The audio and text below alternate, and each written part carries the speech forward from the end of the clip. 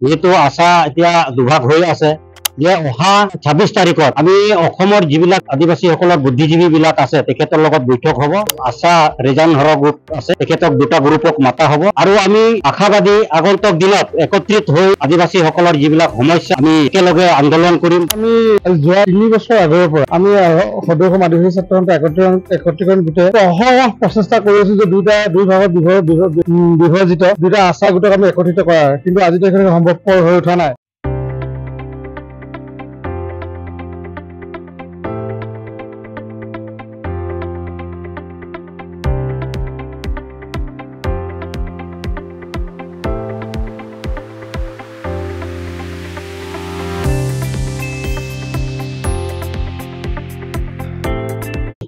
ডিব্ৰুগড় জিলাৰ আজি বাণীগাঁও অন্তৰ্গত ভৱনত আজি সদৌ অসম আদিবাসী ছাত্ৰ সন্থা একত্ৰীকৰণ গোটৰ সাধাৰণ সভা বহিছিল আৰু এই সাধাৰণ সভাত আমি ইতিমধ্যে সিদ্ধান্ত গ্ৰহণ কৰিছো।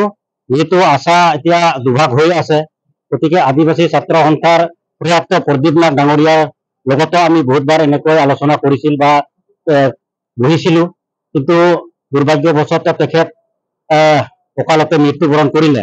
গতিকে আমি এইটোৱে আজি সিদ্ধান্ত গ্ৰহণ কৰিলো যে অহা 26 তাৰিখত আমি অসমৰ যিবিলাক আদিবাসীসকলৰ বুদ্ধিজীৱী বিলাক আছে তেখেতৰ লগত বৈঠক হ'ব আৰু সিদিনা এটা সিদ্ধান্ত লোৱা হ'ব। আশাৰ দুটা গোট এতিয়া বৰ্তমান গুডউইন গ্ৰুপ আৰু আশা ৰিজান হৰ গ্ৰুপ আছে, তেখেতক দুটা গ্ৰুপক মাতা হ'ব আৰু আমি আশাবাদী আগন্তুক দিনত একত্ৰিত হৈ আদিবাসীসকলৰ যিবিলাক সমস্যা এইবিলাক সমস্যালৈ আমি একেলগে আন্দোলন কৰিম বা আমি আদিবাসীৰ যিবিলাক সমস্যা আছে সমাধান কৰাৰ কাৰণে কাম কৰিম বুলি আশাবাদী। গতিকে আজি মূল সিদ্ধান্ত হ'ল অহা 26 তাৰিখত আদিবাসীসকলৰ যিমান অসমত বুদ্ধিজীৱীসকল আছে তেখেতৰ লগত বহা হ'ব গুৱাহাটীত আৰু সিদিনা এটা সিদ্ধান্ত গ্ৰহণ কৰা হ'ব। পৰৱৰ্তী পৰ্যায়ত আমি দুটা গোটত মাতা হ'ব। গতিকে আজিৰ এই মূল সিদ্ধান্তটো এইটোৱে আছিলে। আমি যোৱা 3 বছৰ আগৰ পৰা আমি সদৌ অসম আদিবাসী ছাত্ৰ সন্থা একত্ৰীকৰণ গোটে অহৰহ প্ৰচেষ্টা কৰি আছো যে দুই ভাগত বিভাজিত দুটা আশা গোটক আমি একত্ৰিত কৰাৰ, কিন্তু আজি তাৰিখলৈকে সম্ভৱপৰ হৈ উঠা নাই। ইয়াৰ আগতে আমি প্ৰয়াত প্ৰদীপ নাথ ডাঙৰীয়াৰ লগতো আমি আলোচনা কৰিছিলো। খুব সোনকালে এটা সঠিক দিশত আগুৱাই যোৱাৰ আগতে আমি দেখিব পালো যে অকাল মৃত্যু ঘটিছে।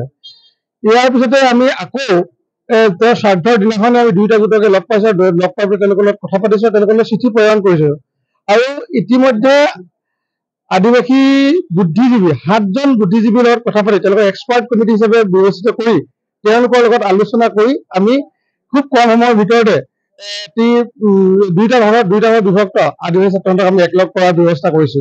আচলতে আমি দেখিবলৈ পাইছো যে ছচিয়েল মিডিয়াত ইটো গ্ৰুপে ইটো গ্ৰুপৰ কথা বেয়াকে লিখে, ইটো গ্ৰুপে ইটো গ্ৰুপৰ ল'ৰা ছোৱালী মানে যিসকল ছাত্ৰ সংগঠন কৰি আছে তেওঁলোকৰ কথা অতি অশ্লীল ভাষাৰ গালি গালাজ কৰি থকা দেখা পাইছো। এনেকে হলে ইমান বৃহৎ আদিবাসী জনগোষ্ঠীটোৰ পৰা উত্তৰণ কেতিয়া হ'ব? আমি কেতিয়া তাৰ সুফল পাম? ইমান সমস্যা আছে, বিভিন্ন সমস্যা আদিবাসী মানে ৰাইজৰ আছে। আপুনি দেখিবলৈ পাব যে খোৱা পানীৰ সমস্যা দেখিবলৈ পাব, ঘৰৰ অৱস্থা বেয়া, তেওঁলোকে মাটিৰ পট্টা আজি তাৰিখলৈকে পোৱা নাই, তেওঁলোকে যিটো চাহ শ্ৰমিকৰ যি মজুৰি কৰিছে 351 টকা মজুৰি বিচাৰিছে। আমি কেতিয়া আমি কৰিম যদি আমি নিজৰ কাৰোবাৰ মাজতে কাৰ্যালয় কৰিম?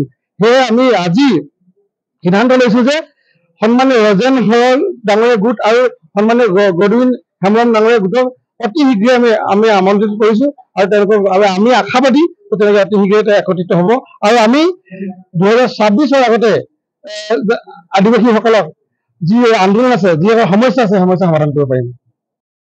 হয়, যিহেতু আমি সদৌ অসম আদিবাসী ছাত্ৰ সন্থা একত্ৰিতকৰণ গোট হৈ আজি 3 বছৰ ধৰি আমি তেওঁলোকক দুইটা গ্ৰুপে একগোট কৰিবলৈ আমি অহৰহ চেষ্টা কৰি আছো, কিন্তু দুৰ্ভাগ্যৰ কথা আমি একগোট কৰিব পৰা নাই, সেইটো দুৰ্ভাগ্যৰ কথা। আৰু যেহেতু আমি দেখিবলৈ পাইছো আমাৰ যিহেতু আদিবাসী সমাজত শৈক্ষিক ক্ষেত্ৰত যিহেতু মানে যেনেকুৱা আগবাঢ়িব লাগে তেনেকুৱা ধৰণৰ আগবাঢ়িব পৰা নাই।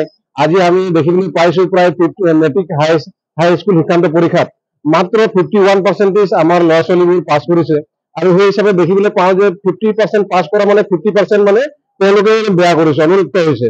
তো সেই হিচাপে আমাৰ জাতিখন উন্নত হোৱা নাই আৰু যিহেতু এইটো আমাৰ ভাগ বিভাজিত হোৱাৰ কাৰণে আজি এনেকুৱা ধৰণৰ আমি সমস্যাৰ সন্মুখীন হ'বলগীয়া হৈছে। আমি দেখিবলৈ পাওঁ চাহ বাগিচাৰ অঞ্চলত প্ৰায় মানে মদৰ প্ৰচলনটো বেছি হৈছে।